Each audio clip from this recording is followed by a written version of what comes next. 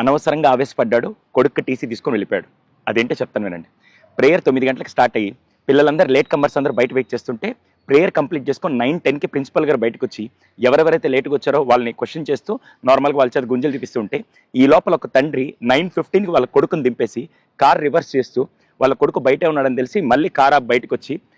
Principal గారిని అడిగారు, sir పిల్లల్ని పంపించవచ్చు కదంటే, లేదు సార్ వీళ్ళు లేట్ కమర్స్, కొద్దిసేపు ఆగి నేను పంపిస్తాను సార్ అంటే ఈ లోపల అక్కడ ఆర్గ్యుమెంట్ జరిగి ఆయన ఆవేశపడుతూ లేట్ అయితే మాత్రం పిల్లల్ని బయట ఎండలో నిలబెడతారా, లోపల పంపించండి అనేసరికి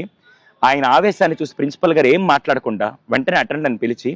టీసీ ఫామ్ తీసుకురమ్మని చెప్పి టీసీ ఫామ్ ఫిల్ చేసి అబ్బాయి తండ్రికి ఇచ్చేశాడు. అప్పటిదాకా వాయిస్ రైజ్ చేసిన తండ్రి సడన్ గా వాయిస్ తగ్గించి అదేంటి సార్ టీసీ ఇస్తున్నారంటే,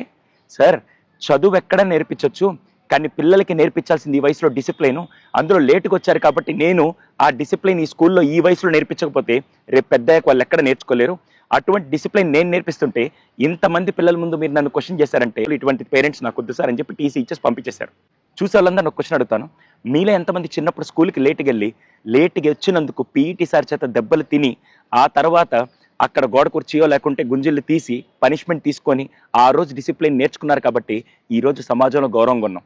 ఈ జనరేషన్కి ముఖ్యంగా కావాల్సింది టెక్నాలజీ, చదువు అదంతా సెకండరీ, ఫస్ట్ కావాల్సింది డిసిప్లిన్ అండి. అది నేర్పించే బాధ్యత అటు తల్లిదండ్రులు ఇటు స్కూలు ఖచ్చితంగా తీసుకోవాలి. ఆ డిసిప్లిన్ చిన్నప్పుడు రాకపోతే